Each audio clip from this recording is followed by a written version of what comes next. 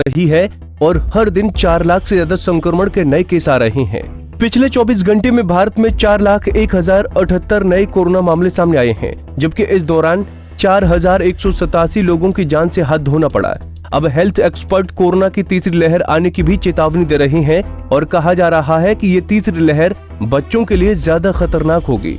Corona की पहली लहर में अधिकतर 50 साल के ऊपर के लोग संक्रमित हुए। दूसरी लहर में 31 से 50 साल की एज ग्रुप के लोग शिकार हो गए और एक्सपर्ट्स का कहना है कि तीसरी लहर 6 से 12 साल के बच्चों के लिए ज्यादा खतरनाक होगी। लेकिन इस तीसरी लहर को हम रोक सकते हैं या फिर यूं कहें कमजोर कर सकते हैं अगर हम सावधानी बरतते हैं और जरूरी उपायों को अपनाते हैं। ये कहना है केंद्र सरकार के मुख्य वैज्ञानिक सलाहकार विजय राघवन का। आइए आपको बताते हैं विजय राघवन ने कोरोना की तीसरी लहर से बचाव के लिए क्या क्या सुझाव दिए हैं। वो कहते हैं, कोरोना की तीसरी लहर आएगी या नहीं, ये इस पर निर्भर करता है कि हम सब किस तरह से इससे बचने के लिए किन गाइडलाइंस का पालन करते हैं। व्यक्तिगत स्तर पर, लोकल स्तर पर, राज्य स्तर पर और सभी जगह अगर सावधानी बरतें और गाइडलाइन का पालन करें तो कोरोना की तीसरी लहर को आने से रोक सकते हैं। इसके लिए सावधानी बरतने को लेकर, सर्विलांस को लेकर, कंटेनमेंट, टेस्टिंग और ट्रीटमेंट को लेकर गाइडलाइन को फॉलो करने पर कोरोना को रोकना मुश्किल नहीं है। दुनिया भर में और भारत में अलग अलग जगह अलग अलग वक्त में पीक आया है और ये समझना जरूरी है कि कब और क्यों संक्रमण बढ़ता है। संक्रमण तब बढ़ता है जब कोरोना वायरस को मौका मिलता है और अगर उसे मौका नहीं मिलेगा तो वो संक्रमित भी नहीं कर पाएगा।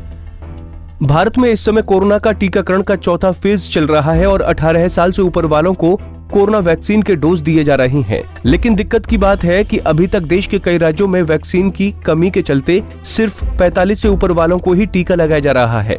सिर्फ 10% की आबादी को वैक्सीन का डोज मिल पाया है।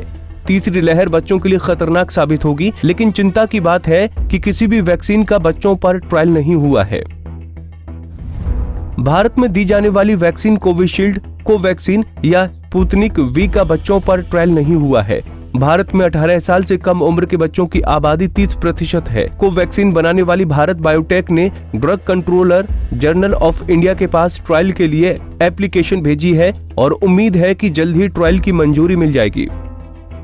हेल्थ एक्सपर्ट्स का मानना है कि इस साल सर्दियों के मौसम यानी नवंबर के अंत और दिसंबर की शुरुआत में तीसरी लहर के आने की संभावना है।